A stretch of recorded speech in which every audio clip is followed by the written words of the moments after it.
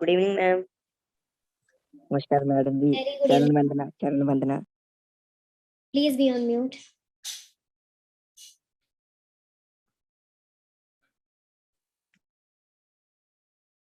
Yes, how are you all? Everybody is ready with the copy and the pen? Yes, Yes, ma'am. yes, ma'am. We had, I think we were discussing the effects in the organic chemistry. Yes or no? Yes, ma'am. Yes, ma'am. Yes, ma'am. Okay, ji effects in the organic chemistry बच्चा हम लोग कर रहे थे. Inductive effect किया था last class में सब बच्चों ने? Yes, ma'am. Yes, ma'am. Yes, ma'am. चलो बस अभी सेकेंड इफेक्ट्स हम स्टार्ट करेंगे आज. बस सभी बच्चे म्यूट पे रहेंगे अभी. Yes, ma'am. Yes, ma'am.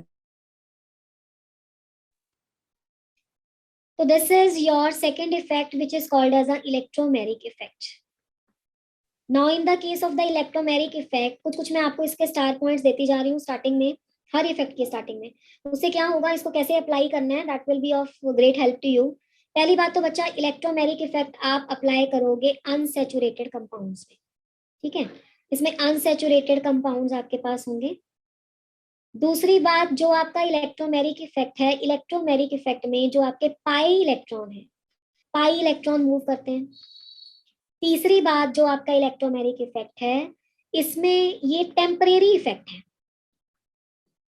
Temporary effect मैं क्यों कह रही हूँ, when I will give you the example ना, तो आपको बहुत अच्छे से समझ आएगा कि जो इलेक्ट्रॉन एक बार शिफ्ट हो रहे हैं, ये इलेक्ट्रॉन डिस्प्लेसमेंट के इफेक्ट्स हैं बेटा. जो इलेक्ट्रॉन एक बार शिफ्ट हो रहे हैं वो वापस से अपनी ओरिजिनल पोजीशन पे भी आ जाते हैं. और लास्ट वाला है फोर्थ पॉइंट, ये takes place in the presence of attacking reagent. इसमें आउटसाइड अटैकिंग रिएजेंट की रिक्वायरमेंट होती है. The presence of the attacking reagent, ये इसमें रिक्वायरमेंट है. ठीक है, तो इलेक्ट्रोमेरिक इफेक्ट को शॉर्ट में यहाँ पे इसकी डेफिनेशन कर देते हैं. तो this is a shifting of the pi cloud. ठीक है, या पाई बॉन्ड भी बोल सकते हो. The shifting of the pi cloud toward the one of the more electronegative element, one of the more electronegative element in the presence of attacking reagent beta, in the presence of attacking reagent की presence में जब आपके पास पाई cloud shift हो तो उसको आप बोलते हो कि दिस इज इलेक्ट्रोमेरिक इफेक्ट. तो let me give you the example. For example, जैसे हमने ले लिया CH2 डबल बॉन्ड CH2. क्या नाम है बेटा इसका? What is the name of this compound? Ethene. बेटा इथीन है. इथीन हाँ जी, बिल्कुल सही. इथीन भी बोल सकते हैं, इथिलीन भी बोल सकते हैं. इथिलीन इसका कॉमन नेम है, इथीन इसका आईयूपैक नेम है. अब मैंने यहाँ पे लगा दिया कोई न्यूक्लियोफाइल. न्यूक्लियोफाइल बेटा तुम्हारा क्या पे कहा, क्या हो गया यहाँ पे? अटैकिंग रिएजेंट हो गया. अब देखो यहाँ पे जो पाई बॉन्ड है, यहाँ पे ये पाई बॉन्ड दो सेम कार्बन एटम के बीच में है. तो जो हमने डेफिनेशन में लिखा है कि toward the more electronegative element, यहाँ पे तो कोई प्रॉब्लम ही नहीं है. यहाँ पे तो किसी भी साइड पे शिफ्ट कर सकते हो. पाई ही क्यों शिफ्ट होता है, ये सब बच्चों को पता है कि पाई होता है वीक और सिग्मा होता है उसके कंपैरिजन में स्ट्रॉन्ग. तो ये हुआ बच्चा पाई क्लाउड शिफ्ट. ऐसे शिफ्ट करना है, जहां पे इलेक्ट्रॉन है वहां पे टेल रखेंगे, और जहां पे ये है आपका कार्बन है, या जिस साइड शिफ्ट होना है वहां पे उसका एरो का हेड रखेंगे. तो जब ये शिफ्ट होगा तो देखो क्या होगा, इसको मैं डाउन करके लिख देती हूँ. CH2 सिंगल बॉन्ड रह गया यहाँ पे CH2. तो बच्चा जी यहाँ पे कितने इलेक्ट्रॉन आ जाएंगे? देखो पाई में 2 इलेक्ट्रॉन थे, तो we have written the 2 dots over here. तो अब इलेक्ट्रॉन गिन लो 2 to 4 1 5, यहाँ पे आ जाएगा नेगेटिव चार्ज. ठीक है, अब जब यहाँ पे नेगेटिव चार्ज आ गया तो क्या बन गया, यहाँ पे पॉजिटिव बन गया. तो पॉजिटिव यहाँ पे आ गया, नेगेटिव यहाँ पे आ गया. अब इसमें न्यूक्लियोफाइल ऐड करो, क्या होगा? सबको पता है न्यूक्लियोफाइल ऐड होगा तो नेगेटिव टू पॉजिटिव अटैक हो जाएगा. तो नेगेटिव टू पॉजिटिव अटैक हुआ तो क्या बन गया? CH2 के साथ न्यूक्लियोफाइल लग गया, और बाकी आपका CH2 एंड डॉट. क्या बताया था, जब चार्ज बच जाए तो क्या करते हैं वहां पे न्यूट्रलाइजेशन मेंटेन करने के लिए? क्या वर्ड बताया था तुम्हें, बताओ. हाँ जी बिल्कुल सही, वर्क अप सीखा था ना बेटा. तो वर्क अप में H प्लस दे दिया यहाँ पे, तो क्या बना देंगे? प्रोडक्ट को हम लिख देते हैं डाउन करके. तो प्रोडक्ट बन गया CH2 के साथ. Let me take a different colour so that you can differentiate the product. ठीक है, तो प्रोडक्ट आपका कुछ ऐसा आ जाएगा. CH2 ले लेंगे, CH2 के साथ क्या लगा हुआ था? न्यूक्लियोफाइल लगा हुआ था, और यहाँ पे आ गया CH3. तो ये बन गया आपका प्रोडक्ट. ये आपका न्यूक्लियोफाइल, ये आपका दिया हुआ था रिएक्शन. ठीक है, ये आपका रिएक्शन था. रिएक्शन में न्यूक्लियोफाइल था अटैकिंग रिएजेंट. अटैकिंग रिएजेंट ने क्या किया? इसको पोलराइज किया. पोलराइज किया मींस चार्ज को शिफ्ट करवाया. पाई क्लाउड को शिफ्ट करवाया, जिससे आपके पास हो गया पोलराइजेशन, मतलब इस पे प्लस माइनस के चार्जेस आ गए, प्लस माइनस के चार्जेस आ गए तो न्यूक्लियोफाइल ने अटैक कर दिया। अब अपने स्टार पॉइंट्स टैली करते हैं इसके साथ। अनसैचुरेटेड कंपाउंड प्रेजेंट था या नहीं, बताओ? Yes, ma'am. Yes, कौन से ma'am. इलेक्ट्रॉन मूव करवाए मैंने, सिग्मा या पाई? Bye. Very good. अब मैं बात कर रही हूँ टेम्परेरी इफेक्ट की। तो बेटा बात ऐसी है, अगर आपका न्यूक्लियोफाइल हटा लिया जाए, न्यूक्लियोफाइल को रिमूव कर दे रिएक्शन से, तो आपका जो पाई क्लाउड शिफ्ट हुआ ना, वो अपनी ओरिजिनल पोजीशन पे वापस चला जाएगा। That's why we call it as a temporary effect. समझ आई ये बात? Yes, ma'am. इलेक्ट्रॉन जो होते हैं वो एक बार ट्रांसफर हो जाते हैं, वो दोबारा से अपनी पोजीशन पे नहीं आते हैं बेटा। यहाँ पे ये पाई क्लाउड वापस चला जाएगा अगर न्यूक्लियोफाइल हटा लिया जाए। दूसरा था मैंने प्रेजेंस ऑफ अटैकिंग रिएजेंट, वहां पे क्या था इंडक्टिव इफेक्ट में, जो भी काम कर रहा था आपका with in the chain he, carbon की चेन के बीच में ही ग्रुप प्रेजेंट था, वो कर रहा था। आउटसाइड रिएजेंट वहां पे रिक्वायर्ड नहीं था, और यहाँ पे एक बाहर वाला रिएजेंट, आउटसाइड रिएजेंट रिक्वायर्ड है। तो this is called as electromeric effect, और ये आप बड़े आराम से कर पाओगे, इसमें कोई दिक्कत नहीं है। Is that clear? यहाँ तक सबको क्लियर है बच्चा? Yes. चलिए नेक्स्ट स्लाइड। चलो ठीक है जी। अब देखो मैं आपको इसकी टाइप्स पढ़ा देती हूँ, क्या क्या है टाइप्स ऑफ इलेक्ट्रोमेरिक इफेक्ट, और कैसे डिफरेंशिएट करोगे दोनों में। तो regarding the types of electromeric effect, सबसे पहले तो बेटा अगर मैंने ले लिया ये कंपाउंड, क्या नाम है इस ग्रुप का? अगर मैं ये ग्रुप लिखती हूँ कार्बोनिल, कीटोन नहीं बोलना है इसे ये एल्डिहाइड में भी होता है, कीटोन में भी होता है। हाँ जी, ये कार्बोनिल है बेटा, बिल्कुल सही। ठीक है, अगर मैं यहाँ पे CH3 लगा दूं तो आप सही हो, फिर आप कीटोन बता रहे हो इसको, या इट इज अ कीटोन, या कीटोनिक ग्रुप। ठीक है, कार्बोनिल इसका नाम है जनरल। इसमें मैंने लगा दिया Cn negative. Cn negative attacking reagent है ना? Yes, ma'am. तो ये अब पाई साइड पे शिफ्ट होगा to which side the pi cloud will shift? Oxygen की तरफ। ऑक्सीजन की तरफ। बिल्कुल सही। अगर ऑक्सीजन की साइड शिफ्ट होगा तो इसमें ऐसे करेंगे, सिंगल बॉन्ड बना लेंगे, तो कौन सा चार्ज आ जाएगा? नेगेटिव। नेगेटिव। अगर नेगेटिव आ जाएगा तो मैं यहाँ पे लगा सकती थी कि यहाँ पे पार्शियल नेगेटिव आएगा, अगर थोड़ा सा शिफ्ट हुआ है अभी, यहाँ पे पार्शियल पॉजिटिव आ जाएगा, तो नेगेटिव आपका किसके साथ अटैच हो जाएगा? इसके साथ अटैच हो जाएगा ना। ठीक है, नेगेटिव को तो पॉजिटिव की तरफ जाना है, तो अगर नेगेटिव पॉजिटिव के साथ अटैच हो गया तो यहाँ पे आ गया आपका साइनाइड, और यहाँ पे आपका कंप्लीट नेगेटिव हो गया। मैं कंप्लीट नेगेटिव कहाँ पे दे रही हूँ और पार्शियल नेगेटिव कहाँ पे दे रही हूँ, ये आप यहाँ से समझ लो। जब तक आपने कंप्लीटली इसको सिंगल नहीं दिखाया, अभी तक ये डबल है, सिर्फ आपने इसको थोड़ा सा शिफ्ट करवाया, तब तक आप पार्शियल दिखा दो। जब आपने इसको इसके साथ अटैच कर दिया तो इसका मतलब है ये कंप्लीटली शिफ्ट हो जाएगा, तो इसको कंप्लीट दिखा दो। ठीक है, Yes, ma'am. अब यहाँ पे करना है आपको वर्कअप। वर्कअप के लिए आपको मैंने H+ दे दिया, ठीक है, वो आपको रिएक्शन में दे देगा, उसकी आपको कोई टेंशन नहीं लेनी है। यहाँ पे अच्छा 2 ग्रुप्स ही दिखाए हैं, तो we don't have to mark over here, simple ऐसे ही रख देंगे इसको। तो अब हमारे पास एक कार्बन का बॉन्ड यहाँ, एक यहाँ, एक लग गया साइनाइड। ठीक है जी, और यहाँ पे इसको इलेक्ट्रिकल न्यूट्रलिटी मेंटेन करने के लिए मैंने OH कर दिया, और सभी की वैलेंसी अब क्या है, सेटिस्फाइड है। कार्बन के भी 4 बॉन्ड बने, ऑक्सीजन के भी बने। अब जिस साइड में आपका अटैकिंग रिएजेंट ज्वाइन हो रहा है, उससे अपोजिट साइड पे पाई क्लाउड शिफ्ट हुआ है, तो इसे बोलते हैं -E। समझ में आया? -E किसको बोलेंगे बच्चा? Attacking reagent joins to the opposite side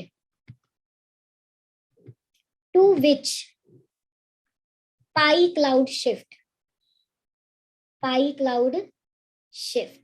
उसे बोलते हैं हम -E। Is that clear? Yes, ma'am. अब हम उसको डिफरेंट कलर से कर देते हैं +E को। वैसे तो अब तक समझ पाए होंगे प्लस क्या होगा। अब मैंने रिएक्शन करवा दिया H+ से। ठीक है, पहले मैंने न्यूक्लियोफाइल लिया था, मैंने इलेक्ट्रोफाइल ले लिया। शिफ्ट तो बच्चा जी अब भी वैसे ही होगा, पार्शियल नेगेटिव अब भी आएगा, पार्शियल पॉजिटिव अब भी आएगा, पर अब अटैचमेंट इसका, क्योंकि नेगेटिव से पॉजिटिव अटैच होगा, और जब वो कंप्लीटली अटैच हो गया तब आपके पास ये कंप्लीट पॉजिटिव आ जाएगा। जब कंप्लीट पॉजिटिव आ गया तो उसके बाद आप वर्कअप करवाने के लिए, मान लो कुछ भी मैंने यहाँ पे कुछ न्यूक्लियोफाइल लगा दिया, समथिंग लाइक दिस, तो वो हो गया वर्कअप। अब यहाँ पे इसको बोलते हैं -E नहीं +E। अब मैंने +E क्यों लिख दिया? क्योंकि अब आपका जो अटैकिंग रिएजेंट है वो उसी साइड पे अटैच हो रहा है जिस साइड पे पाई क्लाउड शिफ्ट हुआ। Attacking reagent joins to same side to which pi cloud shift, to which your pi cloud shift. ठीक है, इसलिए इसको क्या बोलते हैं? +E। अब बताओ इलेक्ट्रोमैग्नेटिक इफेक्ट में कोई डाउट है? मैम फिर से बता दो एक बार। हाँ जी बिल्कुल बता देते हैं। मैंने बोर्ड पे जो लिख रखा है ना मैं उसी को समझा रही हूँ, फिर भी आपको दिक्कत है तो कोई और एग्जांपल ले लेंगे। बच्चा पहली बात तो डबल बॉन्ड उस साइड पे शिफ्ट करवाएगा पाई को जिस साइड पे ज्यादा इलेक्ट्रोनेगेटिविटी है। कार्बन और ऑक्सीजन में से ऑक्सीजन ज्यादा इलेक्ट्रोनेगेटिव है तो ऑक्सीजन हो गया नेगेटिव। अगर ऑक्सीजन नेगेटिव हुआ तो ये वाला पॉजिटिव हो जाएगा। अब आपका अटैकिंग रिएजेंट जो भी आपने लिया है वो इस पे जाके लग रहा है, यानी कि आप पाई का शिफ्ट अगर राइट पे करा रहे हो तो आपका न्यूक्लियोफाइल या अटैकिंग रिएजेंट लेफ्ट पे लग रहा है, दोनों काम अपोजिट डायरेक्शन में है तो है ये माइनस ही। अगर जिस साइड पे आप पाई का शिफ्ट करा रहे हो उसी साइड पे आपका अटैकिंग रिएजेंट जाके लग रहा है तो उसे बोलते हैं प्लस ई। यहाँ पे ये माइनस ही हो गया, अगर ऑपोजिट साइड है तो माइनस ई और सेम साइड है तो प्लस ई। ठीक है, बाकी रही चार्ज की बात। चार्ज की बात बहुत आसान है, जब आप इसको थोड़ा सा शिफ्ट दिखा रहे हो तब आप इसको पार्शियल लिखो, जब आपने इसको कंप्लीटली अटैच कर दिया तो आप इसको कंप्लीट नेगेटिव कर दो। बाकी तो बाद में वर्क आप किया है, ओ नेगेटिव के साथ एच जोड़ा है या पॉजिटिव के साथ आपने कुछ नेगेटिव जोड़ा। ठीक है बेटा? Okay ma'am. Yes ma'am. तो this is all about the electromagnetic effect. और इलेक्ट्रोमैग्नेटिक इफेक्ट आप आराम से कर लोगे, सिर्फ आपको पाई को ही घुमाना है। आपका इलेक्ट्रोफाइल न्यूक्लियोफाइल रिएक्शन से हट गया तो पाई वापस आ जाएगा। ठीक है, तो ये है आपका सेकंड नंबर इफेक्ट। तो let's move to the third number effect. Third effect है बेटा आपका हाइपर कंजुगेशन।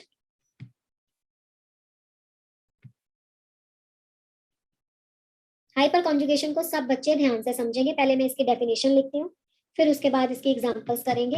हाइपर कंजुगेशन क्या है? द फिनोमिना ऑफ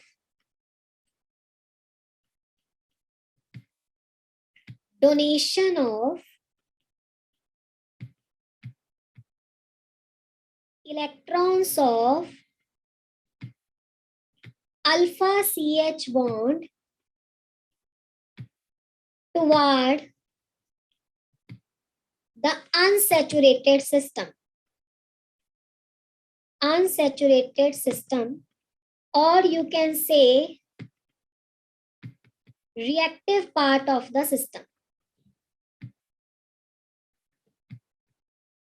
सिस्टम मतलब कंपाउंड या मॉलिक्यूल। अब देखो इसको स्टडी करते हैं। ये क्या लिखा है बच्चों मैंने? अनसैचुरेटेड सिस्टम है ये। Yes ma'am. अनसैचुरेटेड किसको बोलते हैं बताओ तो जरा मुझे, मैं भी एल्कीन्स और अल्काइंस, जिसमें डबल या ट्रिपल बॉन्ड। हाँ जी बिल्कुल सही, जिसमें पाई बॉन्ड होता है, डबल या ट्रिपल, बिल्कुल सही। अब इसके साथ मैंने एक कार्बन लगा दिया जिस कार्बन के 3 बॉन्ड हाइड्रोजन से हैं। ठीक है, तो ये आपका जो पाई बॉन्ड है बच्चा, क्या मैं इसको ऐसे लिख सकती हूँ कि पाई बॉन्ड ऐसे बनता है, ऐसे? अब तो आपको पता है साइड वाइज ओवरलैप से बनता है, यस और no? Yes ma'am. Yes ma'am. sp3 hybrid है तो मैं इसको ऐसे लिख सकती हूँ कि ये sp3 हाइब्रिड है, यहाँ पे हाइड्रोजन लगा हुआ है। ठीक है, और ये आपका sp3 है और ये sp2 ऐसे जुड़े थे। ठीक है, अब इतना सबको समझ में आ रहा है। अब डेफिनेशन को देखो। डोनेशन हो रहा है, किनका डोनेशन हो रहा है? इलेक्ट्रॉन्स जो अल्फा CH है, जिस कार्बन पे डबल बॉन्ड है, इस कार्बन पे भी डबल बॉन्ड है, इस कार्बन पे भी डबल बॉन्ड है, उसके साथ वाले कार्बन को बोलना है अल्फा। समझ में आई कहानी? अल्फा के साथ जो हाइड्रोजन है वो है अल्फा हाइड्रोजन, क्योंकि वो अल्फा कार्बन के साथ अटैच है। तो अगर ये अल्फा कार्बन और हाइड्रोजन के बीच के इलेक्ट्रॉन इसके साथ डीलोकलाइजेशन में इन्वॉल्व होते हैं। ये जो मैंने येलो कलर से शो किया है ना, ये है डीलोकलाइजेशन। क्या है ये? डीलोकलाइजेशन। डीलोकलाइजेशन किसका? Delocalisation of the alpha CH electrons with the pi bond. अब इसकी कहानी क्या है, ये हुआ क्या, क्यों हुआ? डीलोकलाइजेशन का मतलब होता है इलेक्ट्रॉन का मूवमेंट, इलेक्ट्रॉन का घूमना, इलेक्ट्रॉन का स्प्रेड आउट होना, इलेक्ट्रॉन्स का डाल्यूट हो जाना। मैंने इतने सारे सिनोनिम यूज कर लिए, आप इसको समझो। एक तो है चार्ज किसी जगह पे इकट्ठा पड़ा है, किसी जगह पे पॉजिटिव पड़ा है, वहां पे कॉन्सेंट्रेटेड है, वहां पे इंटेंसिफाइड है, वहां पे चार्ज की डेंसिटी ज्यादा है। इन बातों का मीनिंग समझते हो ना? चार्ज एक जगह पे इकट्ठा होके पड़ा है, कॉन्सेंट्रेटेड है, डेंसिटी ज्यादा है, या इंटेंसिफाइड है। इंटेंसिफाइड होता है वैसे इसका केमिस्ट्री में मतलब, अगर कहीं चार्ज पड़ा है तो उस चार्ज पे ऑपोजिट चार्ज आके रिएक्ट कर सकता है। इसका मतलब है अगर चार्ज किसी जगह पे इकट्ठा रहेगा, कॉन्सेंट्रेटेड रहेगा, इंटेंसिफाइड रहेगा तो वो रिएक्टिव हो जाएगा। ठीक है, अब रिएक्टिविटी और स्टेबिलिटी होते हैं इनवर्सली रिलेटेड। अगर कोई चीज रिएक्टिव है तो वो स्टेबल कम होगी, अगर वो स्टेबल है तो वो रिएक्टिव नहीं होगी। अब बेटा चार्ज अगर एक जगह पे पड़ा नहीं रह रहा है, वो घूम रहा है, वो स्प्रेड, स्प्रेड तो इजी वर्ड है, give me a thumbs up if you are getting the word spread. Yes, very good. अगर चार्ज स्प्रेड आउट हो रहा है, अगर चार्ज डिस्पर्स हो रहा है, अगर चार्ज फैल रहा है, हिंदी में बोले तो उसको बोलते हैं डीलोकलाइजेशन। ठीक है ना, इलेक्ट्रॉन घूमने फिरने जा रहे हैं भाई, ये वाले इलेक्ट्रॉन इसके साथ डीलोकलाइजेशन में आ रहे हैं, मतलब मूवमेंट ऑफ इलेक्ट्रॉन हो रहा है, स्प्रेड आउट हो रहा है। अगर चार्ज स्प्रेड आउट होगा ना, तो इलेक्ट्रॉन वहां पे या चार्ज वहां पे स्टेबलाइज हो जाएगा, और अगर चार्ज स्टेबलाइज हो गया तो उस इफेक्ट को आपको प्रायोरिटी पे कंसिडर करना है, उसकी रिएक्टिविटी तक कम हो जाएगी। इसलिए डीलोकलाइजेशन जब भी आपको दिखे, मैं बार बार कहती हूँ उसको प्रायोरिटी पे लेके चलना है। तो इसीलिए ये वाला जो अनसैचुरेटेड पार्ट था सिस्टम का, सैचुरेटेड पार्ट ऑफ सिस्टम पे ये पाई बॉन्ड जो थे वो काफी, मतलब you can say unhybrid orbitals होते हैं और काफी स्पेस ले लेते हैं, तो ये काफी फैला हुआ था ये वाला पोर्शन। तो ये जब स्प्रेड आउट होंगे बलून की तरह, तो ये इलेक्ट्रॉन इनकी तरफ इंटरेक्ट होंगे। अब ये आपको स्पेस में दूर दिखाई दे रहा है, अदरवाइज ये कुछ ऐसा है, ये ऐसा लॉब था और पाई इसको ऐसे पास दिख रहे थे, दो पाई, तो इलेक्ट्रॉन को घूमने के लिए रास्ता मिल गया, वो यहाँ से यहाँ पे इजीली जंप कर सकता है क्योंकि लेस एनर्जी गैप था। इसको बोलते हैं डीलोकलाइजेशन। हो गई किसकी डीलोकलाइजेशन? इसकी। इधर क्यों हो गई? क्योंकि वो बहुत स्प्रेड आउट था, वहां पे उसके साथ थोड़ा सा ओवरलैपिंग किया उसने और इलेक्ट्रॉन जंप कर गया वहां पे। कोई समझ में आई ये कहानी कैसे कह रही हूँ मैं, कौन से इलेक्ट्रॉन आपको लेके जाने हैं? Yes ma'am. Alpha C H के इलेक्ट्रॉन लेके जाने हैं, किसकी तरफ लेके जाने हैं? डबल बॉन्ड की तरफ। तो इसको बोलेंगे डीलोकलाइजेशन, और डीलोकलाइजेशन से होती है स्टेबिलिटी। तो ये तो है आपका हाइपर कॉन्जुगेशन का कॉन्सेप्ट। अब मैं आपको इस साइड पे बना के दिखा देती हूँ इसकी स्ट्रक्चर्स कैसे बनती हैं। देखो कैसे बनाना है। सबसे पहले तो तुम पेपर में चेक करोगे कि अल्फा कहाँ है। अल्फा कैसे सिखाया तुम्हें ढूंढना? डबल बॉन्ड के साइड वाला। हाँ, डबल बॉन्ड के साइड वाला अल्फा। फिर देखो तुम कैसे करोगे, मैं व्हाइट कलर से करती हूँ ये। देखो ये इलेक्ट्रॉन को लेके आओगे यहाँ, तो जब इन इलेक्ट्रॉन को यहाँ पे लेके आओगे तो कार्बन के तो 5 बॉन्ड बन जाएंगे, 1 2 3 4 5। तो उसी टाइम पाई को शिफ्ट करोगे इधर, यही है ना, इलेक्ट्रॉन घूम रहा है, देखो स्प्रेड आउट हो रहा है। तो इसका स्ट्रक्चर बनाओगे ऐसे, सी, इस हाइड्रोजन को कुछ भी नहीं हुआ, ये हाइड्रोजन भी ऐसे है। ये हाइड्रोजन अपने इलेक्ट्रॉन दे चुका है तो प्लस हो जाएगा, सिंगल बॉन्ड की जगह डबल बॉन्ड हो जाएगा, जहां पहले डबल बॉन्ड था वहां पे सिंगल बॉन्ड हो जाएगा और वहां पे आ जाएगा negative charge. Is that clear? Yes ma'am. Yes, ma'am. अब एक बात और सुनो, पहले भी आपका मॉलिक्यूल न्यूट्रल था, अभी भी आपका मॉलिक्यूल पे एक प्लस और एक माइनस है, वो न्यूट्रल है। चार्ज न्यूट्रलिटी हमेशा बच्चा मेंटेन रहेगी। और वेरी वेरी इंपॉर्टेंट थिंग, ये कार्बन और H प्लस के बीच में कोई बॉन्ड नहीं है, इसलिए हाइपर कॉन्जुगेशन का एक नाम है नो बॉन्ड रेजोनेंस। रेजोनेंस तो जितना ज्यादा हो उतना स्टेबलाइज करता है मॉलिक्यूल को, तो यहाँ भी जितनी ज्यादा रेजोनेटिंग स्ट्रक्चर्स होंगी उतना स्टेबलाइज होगा। पर यहाँ पे कोई बॉन्ड नहीं है बीच में, इसलिए नो बॉन्ड रेजोनेंस है। अब आपके दिमाग में क्वेश्चन आ रहा होगा कि मैडम फिर ये इसके साथ जुड़ा कैसे है? ये एक्चुअली इसके साथ नहीं जुड़ा हुआ, ये एक्चुअली पूरा सिस्टम अब नेगेटिव है। इसकी कुछ इसके साथ फोर्स ऑफ अट्रैक्शन रहती है, तो थोड़ा उनमें इंटरेक्टिव फोर्सेस रहती है, तो ये यहाँ पे होल्ड रहता है, पेरीफ्री पे है इसकी। तो ये पहली रेजोनेटिंग स्ट्रक्चर्स बन गई। इसमें कितने अल्फा हैं? 3। अरे 3 नहीं दिखाई दे रहे? 1 2 3। हाँ, तो इसकी 3 रेजोनेटिंग स्ट्रक्चर्स बनेगी सेम। एक इससे बना ली, एक इससे बना ली, एक इससे बना ली। आप बना सकते हो दोनों, पर बनानी आपको आएंगी नहीं। You can simply do this line, ये जो मैंने लाइन ऐसे शो की ना, you can simply do the same type of the arrow movement in the remaining 2 lines. तो इसके जितने अल्फा होते हैं उतनी रेजोनेटिंग स्ट्रक्चर्स बन जाएंगी, प्लस एक ओरिजिनल स्ट्रक्चर। तो अगर 3 अल्फा हैं और एक ये स्ट्रक्चर होगी, तो टोटल कितनी स्ट्रक्चर्स बन जाएंगी इसमें? 4। यस। तो 4 स्ट्रक्चर्स का मतलब है कि ये कंपाउंड जितनी ज्यादा रेजोनेटिंग स्ट्रक्चर्स देगा उतनी ज्यादा एनर्जी रिलीज करेगा, उतना ज्यादा स्टेबलाइज होगा। तो अल्टीमेटली हाइपर कॉन्जुगेशन क्या बता रही है हमें? अल्टीमेटली हम यूज इसका क्या किया अभी? स्टेबिलिटी चेक कर ली। एक तो हमने एल्कीन की स्टेबिलिटी ऑफ ओलिफिन्स, ओलिफिन्स भी बोलते हैं एल्कीन्स को, अनसैचुरेटेड का। Is that clear? Yes ma'am.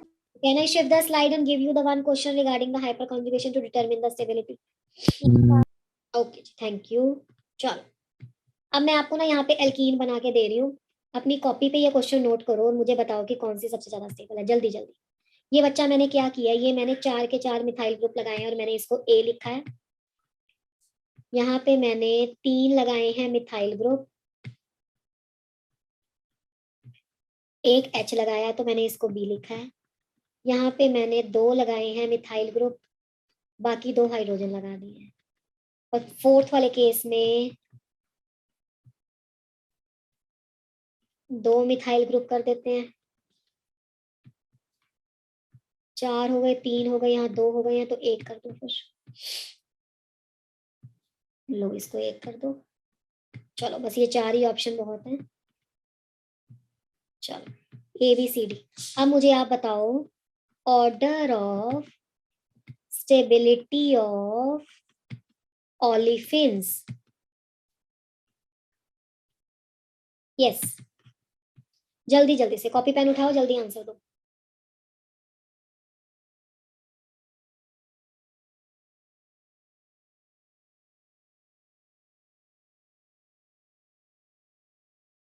चलो बेटा, अच्छा अल्फा कौन गिनवा के बताएगा, फर्स्ट क्वेश्चन में बताओ। डबल बॉन्ड के साथ वाले कार्बन को अल्फा बोलते हैं बच्चों। Yes ma'am. ये अल्फा है, हाँ या ना? ये वाला अल्फा है, यस मैम। ये वाला अल्फा है, यस मैम। ये अल्फा है। Yes ma'am. बाकियों में मैं जहां जहां अल्फा लगा रही हूँ, अगर किसी को कोई डाउट है तो पूछेगा। तो यहाँ पे मैंने सब अल्फा लिख लिए। और कोई अल्फा बचा तो नहीं है? मैंने कुछ स्किप तो नहीं किया बच्चा? No ma'am. अब मुझे बताओ कितने अल्फा CH हैं? 3 + 3 6, 6 + 3 9, 9 + 3 12, 12 + 1 ओरिजिनल, तो 13 स्ट्रक्चर्स होंगी इसमें। यस और नो? Yes ma'am. इसमें Yes, बताओ ma'am. कितनी होंगी, जल्दी जल्दी। 10, यस जी बिल्कुल सही, 10 स्ट्रक्चर्स। इसमें बताओ। 7, 7, सही। इसमें बताओ। 4, 4, वेरी गुड। ये तुमने मुझे बच्चों क्या बताया? तुमने मुझे बताई resonating structures on basis of hyper conjugation. ठीक है, अब हमारे पास एक स्टार पॉइंट ये है कि more the resonating structures, more the number of, more the number of resonating structures, more will be the what? अरे ये तो stability. बिल्कुल सही, स्टेबिलिटी। तो उतनी ज्यादा अगर स्टेबिलिटी होगी तो अब तो आपको क्वेश्चन आराम से आ गया। स्टेबिलिटी ऑफ एल्कीन का क्या ऑर्डर हो गया? A, B, B। अब इससे मैं एक कंक्लूजन पे पहुंच रही हूँ। अगर वो कंक्लूजन आपको समझ में आ रहा है तो मुझे बताना। इससे मैं ये कंक्लूजन पे आ रही हूँ, मोर सब्स्टिट्यूटेड एल्कीन, मोर सब्स्टिट्यूटेड, कौन सी सब्स्टिट्यूटेड है? First tetra substituted. हाँ टेट्रा सब्स्टिट्यूटेड, पर कौन सा सब्स्टिट्यूशन है? More substituted alkene alkyl substituted, more stable है। यस और नो? Yes, ma'am. ये आपका एक रूल आएगा, अगले पेज पे पढ़ाऊंगी, सेडजेफ रूल। ठीक है, ये अगले पेज पे करेंगे। मैम स्ट्रक्चर्स कैसे काउंट हैं?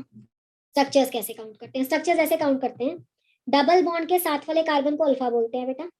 डबल बॉन्ड के साथ जितने कार्बन है उनको अल्फा लिख लो। 1, बिल्कुल डायरेक्ट अटैच होने चाहिए, नेक्स्ट टू नेक्स्ट नहीं होना चाहिए। 1 2 3 4, उनके साथ जितने जितने हाइड्रोजन है वो काउंट करो।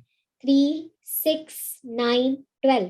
तो जब रेजोनेंस बनेगा ना, तो ये 12 के 12 हाइड्रोजन अपने इलेक्ट्रॉन देंगे पाई बॉन्ड को, प्लस एक ओरिजिनल स्ट्रक्चर जो लिखी है वो होती है। तो 12 + 1 13। कोई आपसे पूछेगा नहीं स्ट्रक्चर्स, कोई आपको स्ट्रक्चर बनाने को नहीं कहेगा, बस आपको स्टेबिलिटी पूछेगा। स्टेबिलिटी में आपको ऐसे काउंट करने हैं, अल्फा CH कितने हैं? ये अल्फा है तो अल्फा CH 3 6 9 12 और एक ओरिजिनल 13 स्ट्रक्चर। अरे 13 की जगह इसको 12 भी गिन लोगे, अगर 12 हाइड्रोजन CH ही गिन लोगे, उसमें 1 ओरिजिनल नहीं भी गिनोगे तब भी आपका आंसर सही आएगा। अब 12 हाइड्रोजन यहाँ है अल्फा, यहाँ ये अल्फा कार्बन ही नहीं है, यहाँ पे ये हाइड्रोजन डायरेक्ट अटैच है। हमें वो हाइड्रोजन देखना जो अल्फा कार्बन के साथ अटैच हो। तो अल्फा कार्बन कितने हैं? 1 2 3, तो 9 हाइड्रोजन हो गए। 1 2 6 हाइड्रोजन हो गए। 1 2 इसमें 3 हाइड्रोजन हो गए। तो एक एक मैंने ओरिजिनल स्ट्रक्चर वाला प्लस किया, वो आप नहीं भी करोगे तो चलेगा। जिसमें जितने ज्यादा अल्फा CH है वो उतनी ज्यादा रेजोनेटिंग स्ट्रक्चर्स देंगे और उतना ज्यादा स्टेबल बनाएंगे। अभी आया बेटे समझ? Yes ma'am. Yes, ma'am. ठीक है बच्चा, तो ये वाला क्लियर है सभी को? क्वेश्चन ABCD वाला इसका आंसर आया। Yes, ma'am. Yes ma'am. करूँ shift slide? Yes, ma'am. Yes ma'am. ठीक है, अच्छा अब देखते हैं वो रूल, सेडजेफ रूल। इसको मैं पहले डेफिनेट, देखो ये बहुत जगह आएगा, ऑर्गेनिक में मैं अल्काइल हैलाइड पढ़ाऊंगी, या आपको कहीं पे भी एलिमिनेशन का रिएक्शन आएगा और एल्कीन फॉर्म होना होगा, तो ये रूल चलेगा। पहले मैं रूल लिखती हूँ, फिर इसको सीखेंगे। कॉन्सेप्ट तुम्हें आ गया है। रूल ये है, मैं अब यहाँ पे जो फर्स्ट वाला वर्ड लिखूंगी ना, वो एक्चुअली हेलो एल्केन से कनेक्टेड है। अभी मैं समझा देती हूँ, इसका रिएक्शन भी आएगा अभी। ड्यूरिंग एलिमिनेशन रिएक्शन लिख देती हूँ। During the elimination reaction, reaction को RXN लिख देते हैं शॉर्ट में, that alkene is favored which is maximum को MAX लिख देते हैं, alkylated। और ये बहुत इंपॉर्टेंट रूल है, alkylated। मैं एक रिएक्शन करके दिखाऊं बेटा, देखना।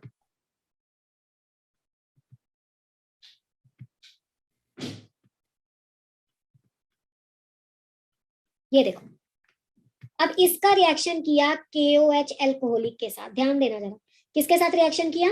KOH एल्कोहलिक के साथ। अभी आप इसको समझ लो, अभी SN1 SN2 आपको नहीं बताया।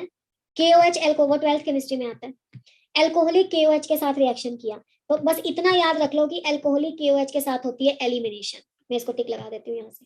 एल्कोहलिक KOH क्या करेगा? एलिमिनेशन करेगा। एलिमिनेशन कैसे होती है? जिस कार्बन पे Br लगा है उसे अल्फा मान लो, उसके साथ वाले बीटा मान लो, तो उसके साथ वाला ये भी है, उसके साथ वाला बीटा ये भी है, तो एक से हाइड्रोजन जाएगा, एक से हेलोजन जाएगा। मान लो ये बीटा डैश है और हमने इससे हाइड्रोजन लेना है, तो इसके हाइड्रोजन को कैसे लिखे? पहले इसके हाइड्रोजन को डाउन करके लिख देते हैं। एक यहाँ पे लगा दिया CH2 और एक हाइड्रोजन। तो अगर यहाँ से हाइड्रोजन जाएगा प्लस, Br जाएगा अपने इलेक्ट्रॉन लेके, तो डबल बॉन्ड यहाँ आ जाएगा, तो प्रोडक्ट बनेगा CH2 double bond CH CH2 CH3 plus. मान लो ये रिएक्शन हमने ऐसे नहीं किया, हमने यहां से हाइड्रोजन ले लिया। अब इसके हाइड्रोजन को डाउन करके लिख लो एक, ये रहा हाइड्रोजन। तो यहां से हमने H प्लस लिया, Br यहीं से ही जाएगा। अब डबल बॉन्ड इधर आएगा तो एक ग्रीन कलर वाला प्रोडक्ट बनेगा, तो जिसमें यहाँ डबल बॉन्ड आएगा CH3 CH double bond CH और CH3। पहले बताओ, दोनों प्रोडक्ट बनाने समझ में आए सभी को? Yes ma'am. Yes ma'am. जहां पे मैंने डबल बॉन्ड को लगाया सर्कल, कितने अल्काइल ग्रुप है बच्चों इसमें? एक। ये एक ही अल्काइल ग्रुप है, 1। दो अलग अलग नहीं गिनोगे, CH2 अकेला कोई ग्रुप नहीं होगा, तो इसमें एक अल्काइल ग्रुप है। अगर यहाँ पे डबल बॉन्ड को सर्कल लगाया तो इसमें कितने अल्काइल ग्रुप है? 2 अल्काइल ग्रुप है। तो ये वाला प्रोडक्ट आता है मेजर, ये वाला प्रोडक्ट आता है माइनर। ये मैं आपको यहाँ पे क्यों बता रही हूँ, मैं ये शिफ्ट क्यों कर गई सेड्जेफ रूल से हाइपर कंजुगेशन पढ़ाते हुए मैं यहाँ पे क्यों आई हूँ? आपको पता है ये मेजर प्रोडक्ट क्यों है? कोई बच्चा मुझे इस बात का आंसर दे सकता है कि ये मेजर क्यों है? सेकंड वाला, हम इसमें 2 अल्काइल ग्रुप, क्योंकि इसको 2 अल्काइल ग्रुप लगे। हाँ बिल्कुल, 2 अल्काइल ग्रुप। हाँ बोलो बोलो, क्यों स्टेबल है? Why? Answer is correct, because it is highly substituted. Actually it is highly substituted and it is giving the more number of the hyper conjugated resonating structures जो अभी पढ़ा है। more substituted, आप सही बोल रहे हो, रूल भी यही है। more substituted तो ज्यादा स्टेबल होगा, more alkylated ज्यादा स्टेबल होगा, पर कारण क्या है? कारण है हाइपर कंजुगेशन। अब इसमें ये अल्फा, तो इसमें कितने स्ट्रक्चर्स आएंगे? 7 स्ट्रक्चर। इसमें अल्फा सिर्फ एक ही है, ये तो बीटा हो गया, तो 2 + 1 3 स्ट्रक्चर्स। तो सेड्जेफ रूल के पीछे जो कारण है, सेड्जेफ रूल के पीछे जो रीजन है कि मोर सब्स्टिट्यूटेड मोर स्टेबल होता है, वो है हाइपर कंजुगेशन। तो the base of the Saytzeff rule is the hyperconjugation only. जो वो बोलता है more substituted maximum substituted product बनेगा, उसका रीजन सिर्फ क्या है? क्योंकि उसमें ज्यादा number of hyperconjugating structures हैं। तो जब आप ये सेड्जेफ रूल पढ़ोगे ना एल्काइल हैलाइड में, तो मैं बोलूंगी कि इसमें हाइपर कंजुगेशन के बेस पे चेक कर लो कि कौन सा ज्यादा स्टेबलाइज है। Is that clear? Yes ma'am. मैं इस बात रिपीट कर रही हूँ, ध्यान से सुन लो। एलिमिनेशन रिएक्शन कैसे हुआ नहीं हुआ वो तो बाद में आएगा, ठीक है? अल्काइल हैलाइड में आता है। अभी तो मैंने सिर्फ करके दिखाया, जिसको समझ आया वो भी ठीक है, जिसको नहीं समझ आया कोई प्रॉब्लम नहीं है, ये अल्काइल हैलाइड में फिर आएगा। बस ये समझ लो कि ये जो 2 प्रोडक्ट बन गए उसमें कैसे छांटना है मेजर माइनर। वो कहता है मैक्सिमम एल्काइलेटेड वाला प्रोडक्ट बनेगा, पर मैक्सिमम एल्काइलेटेड की एक्सप्लेनेशन जाती है हाइपर कंजुगेशन से। तो is that clear? Yes, ma'am. Totally. Let's move to the next page. तो अब मेरे सारे स्टूडेंट्स ये जानते हैं कि ये वाली एल्कीन सबसे ज्यादा स्टेबल है, उसके बाद ये वाली एल्कीन स्टेबल है, उसके बाद ये वाली एल्कीन स्टेबल है, उसके बाद CHR और CH2 ज्यादा स्टेबल है, और लास्ट में CH2 डबल बॉन्ड CH2। ये क्या हो गया, क्या हो गया बच्चों? Order of stability. हाँ जी, order of the stability order of alkene olefins. और इसका बेस क्या है? Hyperconjugate. Hyperconjugate. हाँ जी, और यही आंसर आता है मेजर प्रोडक्ट जब सेडजेफ रूल होता है। सेडजेफ रूल जब कहता है ना मोर सब्स्टिट्यूटेड बनेगा, उसका रीजन है more is the stability of the alkene, more easily it will get form. Is that clear? Yes, ma'am. Yes, ma'am. ठीक है बच्चा। अब करते हैं सेकंड क्वेश्चन हाइपर कॉन्जुगेशन का, स्टेबिलिटी ऑफ कार्बोकैटायन की चेकिंग हाइपर कॉन्जुगेशन से। वो भी सेम, आप 1 मिनट लगाओगे इसमें। 1 मिनट तो बहुत ज्यादा बोल दिया मैंने, 1 मिनट में आप कार्बोकैटायन, कार्बेनाइन, फ्री रेडिकल तीनों कर लोगे, इतना इजी है। देखो कार्बोकैटायन की नॉलेज सभी बच्चों को है कि कार्बन में 3 बॉन्ड बने हैं और एक पॉजिटिव चार्ज है ना। एक स्ट्रक्चर मैं आपको बताऊंगी, you will get to know. अब बच्चा इस कार्बोकैटायन को ना 3 डिग्री बोलते हैं क्योंकि इसमें 3 कार्बन अटैच हैं इससे। इस कार्बोकैटायन को बच्चों क्या बोलोगे अगर 1 H है और 2 मिथाइल? Primary. 2 degree. कर रहे हो 2 डिग्री। हाँ, प्राइमरी तब होता ये वाला केस जो है। हाँ ये है प्राइमरी। अच्छा फिर मुझे ये बताओ, जब सारे के सारे हाइड्रोजन होते हैं उसे क्या बोलते हैं? 0 डिग्री। ठीक है, 0 degree, 1 degree, 2 degree and 3 degree. मैं एक स्ट्रक्चर बना के दिखाती हूँ, देखना फिर आप कितनी जल्दी आंसर देते हो। इसमें ले लेते हैं जी रेड कलर। अब बच्चा ये अल्फा है, ये अल्फा है, ये अल्फा है। वैसे तो आंसर बच्चों के दिमाग में चल रहा होगा, चल रहा है या नहीं चल रहा? एक रेजोनेंस बना दूं, उसके बाद फटाफट से दौड़ोगे आप इस क्वेश्चन पे। ये देखो बेटा, मैंने ओपन अप कर दिया। देखो डीलोकलाइजेशन कैसे हो रही है। ये इलेक्ट्रॉन जा रहे हैं यहाँ, तो जब इलेक्ट्रॉन जाएंगे डबल बॉन्ड आ गया, CH2 आ गया। बच्चा जी ये वाला H हवा में, पहले भी कैटायन था अब भी कैटायन है, तो ये काम ये हाइड्रोजन भी कर सकता है, ये भी। तीन स्ट्रक्चर, यहाँ से 3, यहाँ से 3, यहाँ से 1 ओरिजिनल। तो कितनी स्ट्रक्चर्स बताओ, यहाँ पे बताओ, हाँ या ना? Yes, ma'am. Yes, यहाँ ma'am. पे बताओ। 3. 5 कैसे हुआ बच्चा? तुम ये वाले हाइड्रोजन नहीं ले सकते, ये अल्फा कार्बन ही नहीं है। ठीक है, इनको नहीं लेना बेटा, जो कार्बन के साथ अटैच है, अल्फा CH। 4 सही आंसर, और यहाँ पे 1 जो ओरिजिनल है। तो स्टेबिलिटी का ऑर्डर क्या आ गया बच्चों? Stability of carbocation on the basis of, अगर HC देखें तो क्या आ गया? Tertiary is more stable. हाँ जी, 2 degree. Physically than primary. And 1 degree. बिल्कुल बिल्कुल, एब्सोल्युटली करेक्ट। क्लियर है ये? Without wasting the much of the time, I am going to give the answer to the free radicals also. तो next आप free radical के case में भी यही कॉन्सेप्ट लगा सकते हो। ये भी हाइपर कॉन्जुगेशन का ही टॉपिक है बच्चा, जो आपका स्टेबिलिटी ऑफ फ्री रेडिकल है। ठीक है, उसमें भी हम चेक कर लेते हैं फटाफट से। कार्बन के पास फ्री रेडिकल कब बोलते हैं? जब एक ऑड इलेक्ट्रॉन होता है, मतलब कार्बन के 3 बॉन्ड्स बने हैं and there is a 1 odd electron. इसको बेटा वैसे ही बोलोगे 3 डिग्री। अब नेक्स्ट में कार्बन के 2 बॉन्ड बने हैं कार्बन के साथ और एक हाइड्रोजन के साथ, तो ये 2 डिग्री, ये 1 डिग्री, ये 0 डिग्री। एक स्ट्रक्चर बना के दिखा देती हूँ, थोड़ा जब देखी होती है स्ट्रक्चर्स तो माइंड में कॉन्सेप्ट बैठ जाएगा। ये देखो बेटा, एक को मैंने ओपन अप करके लिख लिया। ये एक बॉन्ड में कितने इलेक्ट्रॉन बताओ जल्दी से? अरे एक बॉन्ड में कितने इलेक्ट्रॉन? 2. 2 में से देखो एक दिया इसने, एक दिया इसने। ठीक है, और ये यहाँ इसके पास एक रह गया, तो यहाँ तो बेटा जी बन गया डबल बॉन्ड, दोनों ने एक एक इलेक्ट्रॉन दिया। यहाँ रह गया CH2 और H डॉट हवा में, पहले भी फ्री रेडिकल था अभी भी है, बाकी काम यही है, अल्फा अल्फा अल्फा। तो कितनी स्ट्रक्चर्स? 10. यहाँ 7. Seven section. पे 4. यहाँ पे 1. चलो शाबाश। अब तो बताओ मुझे order of stability of free radical. Ma'am methyl radical least stable होगा और टर्शियरी रेडिकल मोर स्टेबल। सही है बेटा। Order of stability of free radical, ये हम कौन सा इफेक्ट कर रहे थे? Hyper conjugation. 3 डिग्री जी, फिर 2 डिग्री बेटा, फिर 1 डिग्री, फिर 0 डिग्री। तो I think now it is clear to you कि कैसे चेक कर रहे हैं हम। Yes Yes, ma'am. ma'am. Ma'am एक बार मैम ये वाला स्ट्रक्चर बताना जो जिसमें एच जो रेडिकल बचा वो कैसे बचा? ठीक है ठीक है ठीक है, मैं ना इसको आपको होमोलिटिकली फिशन करके भी बता देती हूँ, रुको। लो मैंने येलो वाला पोर्शन रिमूव कर दिया। अभी हम इसको आराम से बनाएंगे एक एक इलेक्ट्रॉन करके। व्हाइट ले लेते हैं। इस बॉन्ड को बराबर बराबर तोड़ दिया, ठीक है।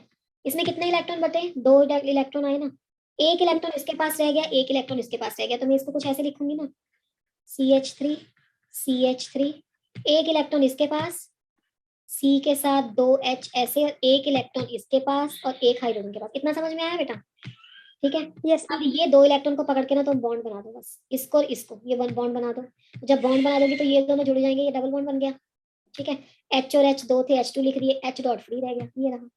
अब ठीक है, ये देखो बस मैंने इतना किया है, ये किया है, यस ठीक है ना। तो आप जो इसको बोलो। जो इलेक्ट्रॉन फ्री था तो उसे भी हम इसको बॉन्ड बनाकर उसको सेटिस्फाई कर सकते थे। एक्चुअली में आप किसके, हाइड्रोजन के इलेक्ट्रॉन की बात कर रहे हो जो अब बचा है? इलेक्ट्रॉन कार्बन के पास अवेलेबल है। ये वाला, methyl, yes ma'am, that one. This one ना।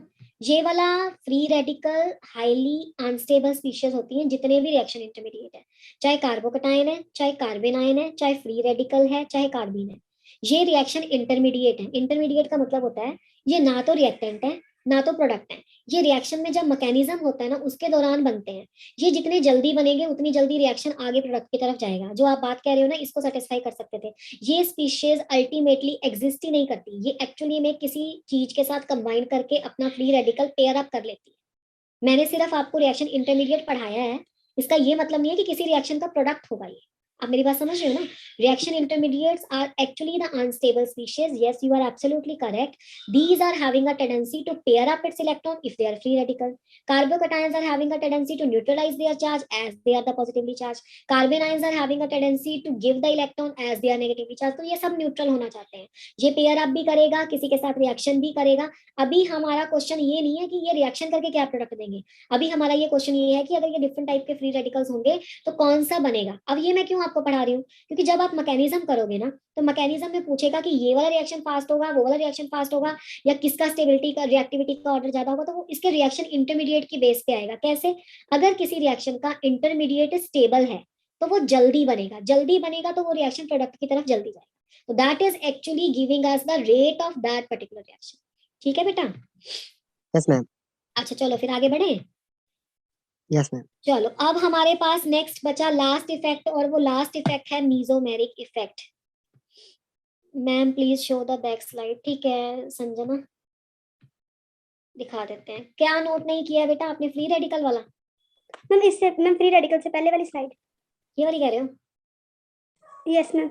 मैम बस कर लो, हो गया। अच्छा ठीक है थैंक यू बच्चा। चलो अब यहाँ से ये वाला भी बहुत इंपॉर्टेंट है बेटा, मीजोमेरिक इफेक्ट। अच्छा मुझे बताओ मीजोमेरिक इफेक्ट का दूसरा नाम क्या होता है? रेजोनेंस। Resonance effect. हाँ बिल्कुल सही, रेजोनेंस इफेक्ट। मैंने आपको बोला था ना केमिकल बॉन्डिंग में भी कि ये ऑर्गेनिक में भी आएगा। ठीक है, और वहां पे भी हम पढ़ेंगे। तो मीजोमेरिक इफेक्ट, रेजोनेंस इफेक्ट होता है। जनरल कंडीशंस क्या है, डेफिनेशन क्या है, वो हमने केमिकल बॉन्डिंग में पढ़ रही है, उस पे हम नहीं जाएंगे। इस पे हम इसकी ऑर्गेनिक पर्सपेक्टिव पे जाएंगे। इस पे सबसे ज्यादा कॉन्सेंट्रेट करना है, क्योंकि मैं एंड ऑफ द क्लास में एक प्रायोरिटी ऑर्डर लिखवाऊंगी, जिसके क्वेश्चन मैं अगली क्लास में कराऊंगी, क्योंकि अगली क्लास में आपका एटॉमिक स्ट्रक्चर स्टार्ट हो जाएगा। तो मीजोमेरिक इफेक्ट, रेजोनेंस इफेक्ट, इस इफेक्ट पे जाने से पहले ना एक दो बातें आपको कंडीशंस के पॉइंट ऑफ व्यू से लर्न करनी है।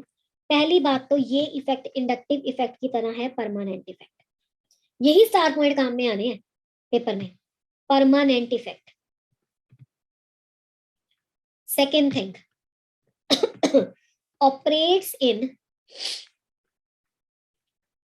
Unsaturated conjugated systems. अनसैचुरेटेड तो सबको समझ में आता है। अब यहाँ पे एक नई चीज सीखनी है, कॉन्जुगेशन में। आपको पता है रेजोनेंस तभी होता है जब कॉन्जुगेशन हो। कॉन्जुगेटेड लिख देते हैं, है ना, कॉन्जुगेटेड सिस्टम्स। चलो जी, ये कर दिया हमने change, conjugated systems. And the third very, very important thing is not distance dependent. Not distance dependent. और एक और important बात है, वो यहीं पे लिख लेंगे. In the case of aromatic systems, in the case of aromatic systems, benzene ring वाले, M effect, mesomeric मतलब M effect does not operate at meta position. ये सब रीजन सब पढ़ेंगे जब हाइड्रोकार्बन पढ़ेंगे. Does not operate at meta. चलो अब ये कहानी क्या लिखी है मैंने इतनी, इसको भी समझते हैं. पहले तो मैडम आप हमें कंजुगेटेड सिस्टम दिखाओ. बिल्कुल दिखाएंगे. अब ये देखना जरा.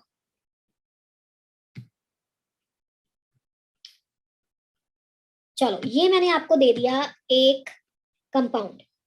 किस किस बच्चे को यहाँ पे कॉन्जुगेशन नजर आ रही है, बताओ जरा मुझे. आ रही है? डबल बॉन्ड सिंगल बॉन्ड के साथ लॉन पेयर ऑफ इलेक्ट्रॉन. तो lone pair of electron delocalization में जा रहे हैं, मूवमेंट में जा रहे हैं, तो इसको मैं पता क्या बोलूंगी, LP and pi are in conjugation. LP and pi are in conjugation. ठीक है, कैसे मैडम? ये अभी दिखाते हैं आपको. अच्छा, अगर तुम्हारे पास दो चॉइसेस हैं, एक आप लॉन पेयर को शिफ्ट करा सकते हो, एक पाई को, तो आप किसको शिफ्ट कराओगे बताओ मुझे. हाँ, पाई कोई नहीं बोलेगा. इतने लेक्चर लगवाए हैं आपको जीओसी पे. बच्चा जी ये आपने शिफ्ट किया लॉन पेयर. लॉन पेयर को शिफ्ट करोगे तो यहाँ डबल बॉन्ड बन जाएगा. Double double 4 + 1 5. 5 बॉन्ड तो कार्बन बियर नहीं करेगा, तो ये यहाँ आ जाएगा. अब आपको नहीं लग रहा कि इलेक्ट्रॉन घूम रहे हैं, है ना? मूवमेंट ऑफ इलेक्ट्रॉन जिसे क्या बोलते हैं इंग्लिश में? चलो बताओ मुझे, वर्ड बताओ. What is it called? इतना सिखाया आज तुम्हें. डीलोकलाइजेशन. हाँ बिल्कुल सही, गुड, थम्स अप बच्चा. ये कर दिया मैंने शिफ्ट. अच्छा बेटा मुझे ये बताओ, ऑक्सीजन पे क्या चार्ज आया? प्लस. इस पे आया नेगेटिव, तो न्यूट्रलिटी अभी भी बरकरार है, मेंटेन्ड है. तो ये हुआ इसका डीलोकलाइजेशन. अब पहले पॉइंट देख लो. परमानेंट इफेक्ट है, मतलब ये इलेक्ट्रॉन जो है परमानेंट इफेक्ट देते हैं. कुछ ऐसा नहीं है कि अटैकिंग रिएजेंट आया गया इलेक्ट्रॉन वापस से चले गए, नहीं, क्योंकि बीच में ही लगा हुआ है ना ग्रुप, तो इसमें कोई बाहर वाले रिएजेंट का रोल नहीं है. अनसैचुरेटेड सिस्टम में था, यस अनसैचुरेटेड सिस्टम में था. कंजुगेटेड था, हाँ कंजुगेटेड था. ये लॉन पेयर और पाई का कंजुगेशन है. डिस्टेंस डिपेंडेंट नहीं है, बिल्कुल डिस्टेंस डिपेंडेंट नहीं है. क्यों? क्योंकि ये इलेक्ट्रॉन को चाहे जितनी मर्जी लंबी रेल बना के चला लो, डीलोकलाइजेशन में इलेक्ट्रॉन जाना चाहते हैं, उल्टा और ज्यादा लंबी होगी तो और ज्यादा बढ़िया डीलोकलाइजेशन होगा. उन्हें तो घूमना फिरना पसंद है ना. डीलोकलाइजेशन से तो वो स्टेबल हो रहे हैं. अगर एक जगह पे आएंगे तो वो रिएक्टिव हो जाएंगे. रिएक्टिव नहीं है वो होना चाहते, स्टेबल होना चाहते हैं.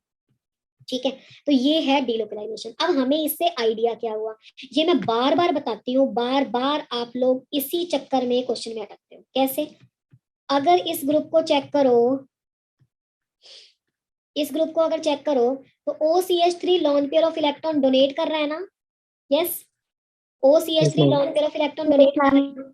तो जो OCH3 lawn pair of electron donate करता है तो उसे बोलते हैं, पहले तो OCH3 का नाम आता है आप लोगों को, क्या बोलते हैं इस ग्रुप को?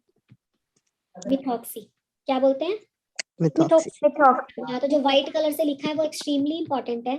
अगर ये लॉन पेयर ऑफ इलेक्ट्रॉन दे रहा है तो ये +M है. मैं M से लेके चलूंगी, मैं R से नहीं इसको लेके चलूंगी. ये +M है. क्या है ये? +M, देना, डोनेट करना. अब ये अगर मैं इसके इंडक्टिव इफेक्ट की बात करूं, इंडक्टिव इफेक्ट कब देखते हो? इलेक्ट्रोनेगेटिविटी डिफरेंस जब होता है. इंडक्टिव इफेक्ट की कहानी ही इलेक्ट्रोनेगेटिविटी से स्टार्ट होती है. अगर मैं ऑक्सीजन और कार्बन के बीच में पूछूं किसकी इलेक्ट्रोनेगेटिविटी ज्यादा है, कौन इलेक्ट्रॉन खींचेगा, तो आप 1 मिनट में लगाओगे, आप कहोगे मैडम ऑक्सीजन. तो ऑक्सीजन अगर इलेक्ट्रोनेगेटिविटी के विद रिस्पेक्ट टू देखे तो इलेक्ट्रॉन खींचता है.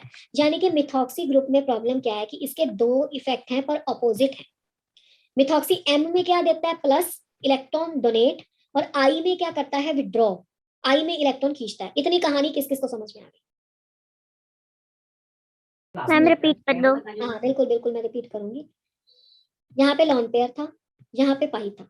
इलेक्ट्रॉन को डीलोकलाइजेशन में जाना था, तो मूवमेंट ऑफ इलेक्ट्रॉन होगा, लॉन पेयर ऑफ इलेक्ट्रॉन यहाँ से मूव करेंगे और यहाँ से पाई मूव करेगा. तो स्ट्रक्चर हमने बना ली, रेजोनेंस हो गया, सिस्टम स्टेबलाइज हो गया, तो ठीक है. अब इसने lawn pair of electron donate किए, तो लॉन पेयर देने वाला इफेक्ट है M, और डोनेट किए इसलिए प्लस. अब मैं बात कर रही हूँ इसी ग्रुप के इंडक्टिव इफेक्ट की. इंडक्टिव इफेक्ट के केस में आपको सिर्फ क्या चेक करना है? इलेक्ट्रोनेगेटिविटी. इलेक्ट्रोनेगेटिविटी किसकी ज्यादा है? ऑक्सीजन की. तो ऑक्सीजन ग्रुप को अगर इलेक्ट्रोनेगेटिविटी के बेस पे जज किया जाए तो ये इलेक्ट्रॉन खींचेगा, क्योंकि ऑक्सीजन लॉन पेयर देता लेता है वो M है, पर इलेक्ट्रोनेगेटिविटी के बेस पे वो इलेक्ट्रॉन खींचता है वो I है. तो I देखना है तो लॉन पेयर का कोई मतलब नहीं है, तो आई के विद रिस्पेक्ट टू ये इलेक्ट्रॉन विड्रॉइंग है और लॉन पेयर डोनेट करने के विद रिस्पेक्ट टू ये इलेक्ट्रॉन रिलीजिंग है। अब बताओ, आप समझ में आया? Yes but ma'am. मैम ये तो न्यूक्लियोफाइल भी है, फिर लुईस बेस है न्यूक्लियोफाइल है, हाँ ये तो डोनेट करके बॉन्ड भी बना लेगा पॉजिटिव हाँ एटम के साथ। हाँ, उसका वैसे यहाँ पे क्या लेना देना है? तो अब ये वैसा क्यों, बोलो बोलो, वैसा आप क्यों नहीं क्वेश्चन है पूरा करो। मैम? वैसा भी तो हो सकता था, बट इसने ऐसा वैसा क्यों नहीं किया ऑक्सीजन ने? कैसा नहीं किया बेटे, क्या कर सकता था ये बताओ? मैम ये न्यूक्लियोफाइल है, हम्म, फिर डोनेट करके पॉजिटिवली चार्ज जो न्यूक्लियाई है उसके साथ बॉन्ड बना सकता था, कार्बन के साथ बॉन्ड बना सकता था। वैसा क्यों नहीं हुआ? मैंने तो रिएक्शन करवाया ही नहीं इसका, मैंने सिर्फ आपको ये वाला जो फार्मूला लिखा है ना, आप कह रहे हो कि OCH3 न्यूक्लियोफाइल है, ये किसी स्पीशीज के साथ रिएक्ट करके इलेक्ट्रॉन डोनेट कर सकता था, यही कह रहे हो ना? यस यही मैम। कह रहे हो ना आप? मेरी यस। बात, इसका आंसर सुनो ध्यान से। आप बात कर रहे हो ये टोटल कंपाउंड के रिएक्टिव होने की या टोटल कंपाउंड के स्टेबलाइज होने की, है ना? अब OCH3 ग्रुप है इस पूरे कंपाउंड का पार्ट, इतना एग्री हो?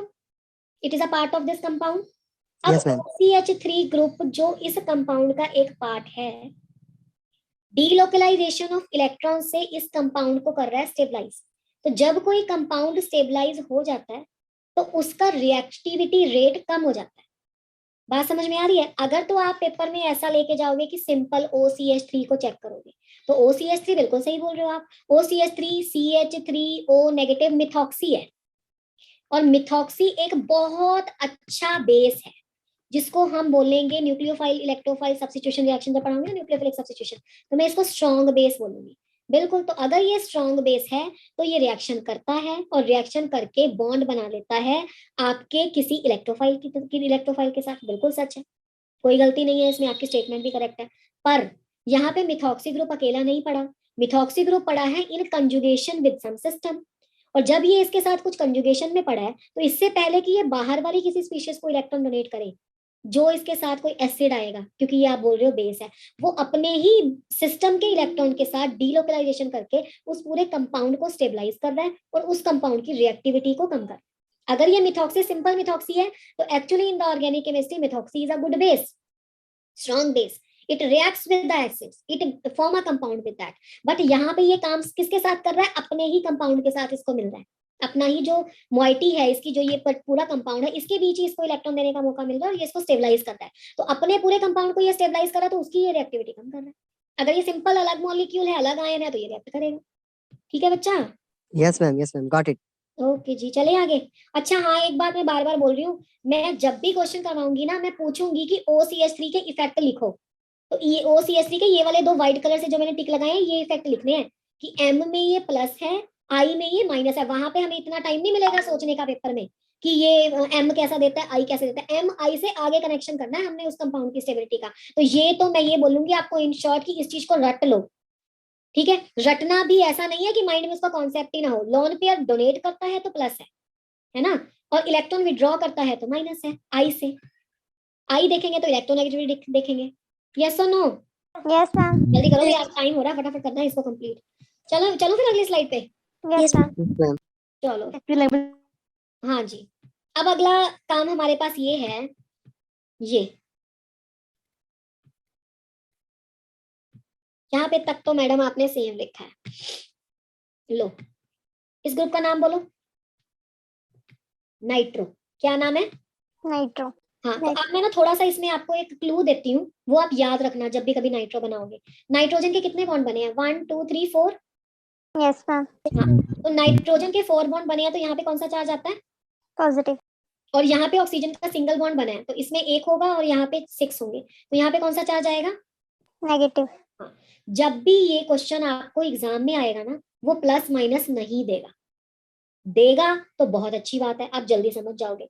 अगर वो नहीं देगा तो उसका क्या रीजन है कि अगर ये माइनस और प्लस मिल जाए तो सिस्टम क्या हो जाता है? न्यूट्रल। न्यूट्रल है। हाँ, तो इसलिए वो एग्जामिनर NO2 सिंपल लिखता है या ऐसे स्ट्रक्चर बनाता है, वो आपको अपने माइंड में सोचना है, वो इसलिए मेंशन नहीं है कि बोथ आर इक्वल है। तो ये क्लियर है ना? जब नाइट्रो देखोगे याद रख लेना, ठीक है? अच्छा, अब मुझे तुम ये बताओ कि यहाँ पे इलेक्ट्रॉन किस डायरेक्शन से किस डायरेक्शन में जाएंगे? मैडम कैसे पता लगेगा? बिल्कुल पता लगेगा।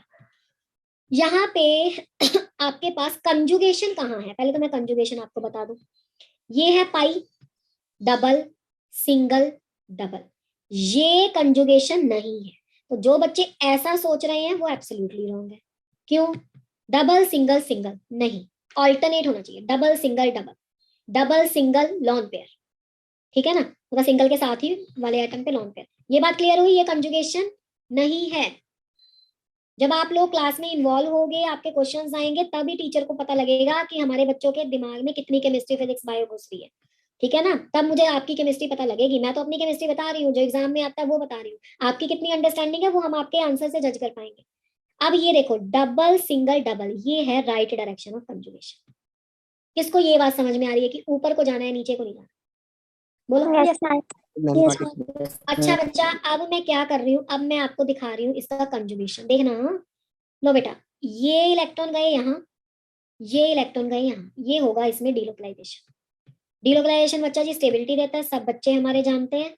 ये आ गया ये आ गया ये, यहाँ पे आ गया आपका H, यहाँ पे आ गया डबल बॉन्ड, यहाँ पे आ गया ये, यहाँ पे ऑक्सीजन, ऑक्सीजन के हो गए 6 और 1 7, तो नेगेटिव हो गया। ये बनेगी स्ट्रक्चर, यहाँ पे जो था रहने दो, और यहाँ पे आ गया प्लस चार्ज। ये रेजोनेटिंग स्ट्रक्चर में किसी को कोई डाउट है तो अभी पूछो, है क्या डाउट? No ma'am. ठीक है, किसी के माइंड में अपोजिट तो नहीं चल रहा कि मुझे यहाँ से इलेक्ट्रॉन देने हैं?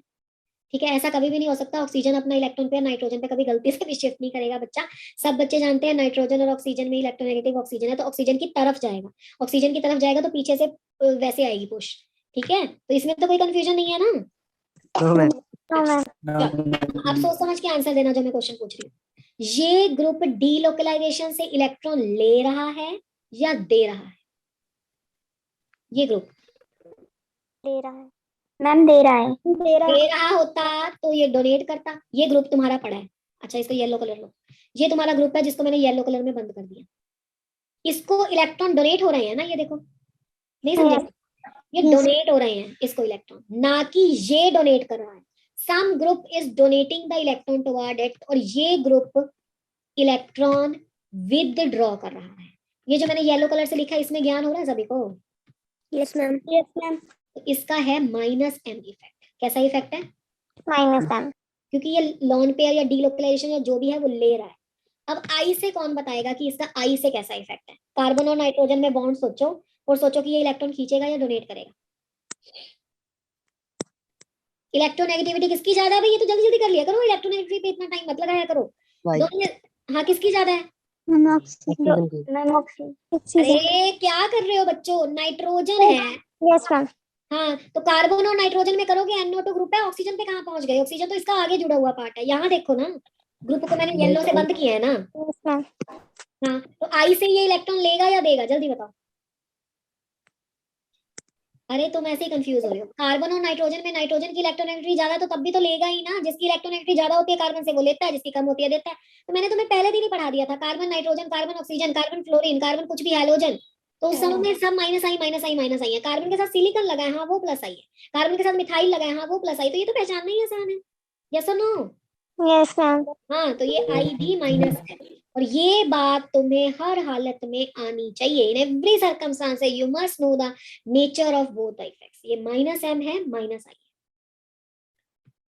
हाँ जी, हो रहा ज्ञान, नहीं हो रहा बताओ? हो रहा है मैम। हो रहा है, होना भी चाहिए बेटा। चलो, अब मैं बिल्कुल भी तुमसे गलत आंसर एक्सपेक्ट नहीं करती हूँ। बहुत घोड़े दौड़ा दिए तुम लोगों ने अपने दिमाग के। मैं सिर्फ अब 30 सेकंड के लिए चुप रहूंगी। आप मुझे ना सोच समझ के इसका एम और आई बताओ, इस ग्रुप का। और इस ग्रुप को मैंने रेड कलर में बंद कर दिया। चलो लगाओ दिमाग, जैसे ऊपर लगाया था। क्या करेगा फटाफट से?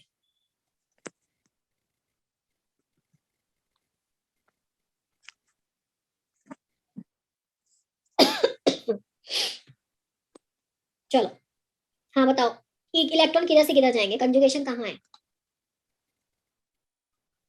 यहाँ से यहाँ चले। ऊपर कोई ऊपर। हाँ बोलो पलक, सही कह रही हो। पाई से सिंगल जाएगा, फिर ऊपर पाई में फिर से। बिल्कुल बिल्कुल बिल्कुल, पाई से सिंगल जाएगा फिर ऊपर की तरफ जाएगा, बिल्कुल सही है। इतना सबको समझ में आता है?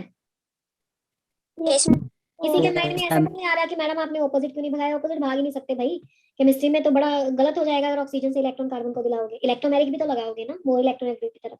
चलो अब तो फिर तुम्हें आ ही गया होगा कि m क्या कर रहा है, m प्लस मैं माइनस m शाबाश माइनस बिल्कुल, अब ऊपर वाला ही तो गेम है। यस मैम अब i से बताओ। मैं माइनस आई शाबाश, क्यों, मुझे कैसे पता लगा माइनस i, ये नेगेटिव होगा ये प्लस होगा तो खींचेगा ही ना। यस मैम बस इतना बहुत है मीजोमेरिक के लिए। मैंने फिर से यहाँ पे कुछ ग्रुप लिख देती हूँ।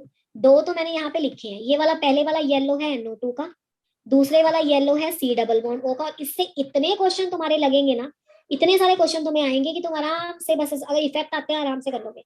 अब मैं तीसरा यहाँ पे कंबाइन करने के लिए लिख देती हूँ, वैसे वो बैक स्लाइड में था। चलो रिवीजन मारो तुम लोग। OCH3 का M बताओ जल्दी। प्लस m शाबाश, I बताओ। माइनस आई एक्सीलेंट, थम्स अप। चले आगे। यस मैम चलो पहले तो इस कंपाउंड का नाम बताना, फिर इफेक्ट बताना। नाम बताओ इसका क्या है। मैम अमाइन अरे नहीं, एनिलीन। एमीन तो ग्रुप है ना, NH2R के साथ लगाते हो तो वो एमीन्स है। ये एरोमेटिक एमीन है जिसको एनिलीन कहते हैं। चलो अब मुझे बताओ ये M कैसा देगा, फटाफट से, जल्दी जल्दी। अरे लॉन पेयर ऑफ इलेक्ट्रॉन है भैया, देगा लेगा, जल्दी बोलो। मैम प्लस m हाँ बिल्कुल सही, ऐसे जाएंगे ना इलेक्ट्रॉन, लॉन पेयर से ही तो जाते हैं इलेक्ट्रॉन, पाई से थोड़ा ना जाते हैं। हाँ जी या नहीं। यस मैम चलो ऐसा कुछ कहा नहीं। किसी को कोई डाउट है तो I can stop over here, कोई दिक्कत नहीं है। तो इसका मतलब है इसका प्लस m है। आई से बताओ जल्दी। आई से तो सोचना ही नहीं तुम्हें, नाइट्रोजन लगाया, ऑक्सीजन लगाया, फ्लोरीन लगाया, हेलोजन, कुछ भी लगाया तो माइनस आई लिखोगे। माइनस आई हाँ ठीक है ना। अच्छा चलो अब लास्ट क्वेश्चन है ये, फटाफट से बताना। हाँ चलो जल्दी, M से बताओ। प्लस m शाबाश, ma'am plus m good, very good. मैं minus I now you are expert. अब बन गए हो आप इफेक्ट्स के एक्सपर्ट, आपको आ गया है। लास्ट स्लाइड करें, नहीं चलो इधर ही लिखते हैं, एक स्लाइड पे ही आना चाहिए। अब हमारे बच्चों ने ये सीख लिया है कि इंडक्टिव में क्या होता है, सिग्मा इलेक्ट्रॉन CC के मूव करते हैं, यस और नो। यस मैम हमारे बच्चे ये भी सीख गए हैं कि मीजोमेरिक में लॉन पेयर मूव करता है, यस। और हमारे बच्चे ये भी जान गए हैं कि हाइपर कॉन्जुगेशन में सिग्मा का CH मूव करता है, यस। यस मैम तो हमारे बच्चे 1 मिनट में दे देंगे आज प्रायोरिटी ऑर्डर। और यही आपको काम आना है क्वेश्चन सॉल्व करते हुए। भाई जितने स्टार तुम्हारा दिल करता है ना मार देना, हमने 5 स्टार लिख दिया। प्रायोरिटी ऑर्डर, किसका मूवमेंट इजी है, लॉन पेयर का या सिग्मा का, जल्दी जल्दी।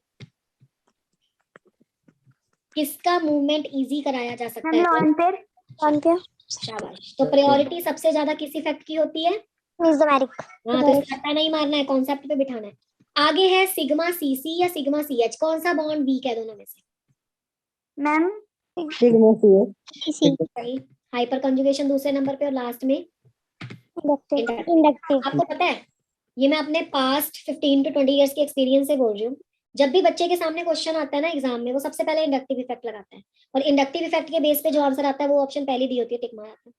वो प्रायोरिटी ऑर्डर सोचता ही नहीं है कि इंडक्टिव इफेक्ट के अलावा भी बाकी 2 हैं और उन 2 की प्रायोरिटी इससे ज्यादा है। आपने मेरे सामने 1-2 ग्रुप ऐसे भी देखे होंगे जहां पे I और M का रिवर्स ऑर्डर है, आप देख लो सामने आपके स्क्रीन पे लिखा हुआ है। तो आप अगर इंडक्टिव इफेक्ट के बेस पे आंसर लगा के आओगे तो वो तो गलत होगा ना, क्यों, क्योंकि M की प्रायोरिटी इंडक्टिव से ज्यादा है। तो अगर प्लस में भी लो तो इसकी प्रायोरिटी ज्यादा है, यस और नो। यस मैम अगर माइनस में भी लो तो इसकी प्रायोरिटी ज्यादा है। तो जितना तो मैंने आपको थेरेटिकली बताना था वो तो मैंने आपको इस क्लास में बता दिया। नेक्स्ट क्लास में आई एम एक्सपेक्टिंग कि आप ये सारे रूल पढ़ के आओगे। मैं बस आपको इसके क्वेश्चंस कराऊंगी, और आईयू पैक का हम बहुत थोड़ा सा आपको बताएंगे because we are having a less time left. तो जैसे जैसे आपके पास फंक्शनल ग्रुप आते चलेंगे साथ साथ आईयू पैक बताते चलेंगे, उसके बाद आपका ये चैप्टर कंप्लीट है और नेक्स्ट क्लास में आपका एटॉमिक स्ट्रक्चर कंप्लीट हो जाएगा। तो give me a thumbs up if you had enjoyed this lecture and if you got the thing कि कैसे लेने हैं इफेक्ट, बताओ भाई फटाफट। समझ में आया ना सब बच्चों को, चलो अच्छी बात है। तो नेक्स्ट क्लास में आप ये सब प्रायोरिटी ऑर्डर सब एक बार चेक करके आना, then will do the question. Okay बेटा, this is all for today, see you on in the next class. Bye bye, take care, God bless you and keep on revising please. Organic की class साथ साथ revise किया करो। चलो जी, thank you, you can leave. Good night ma'am बेटा।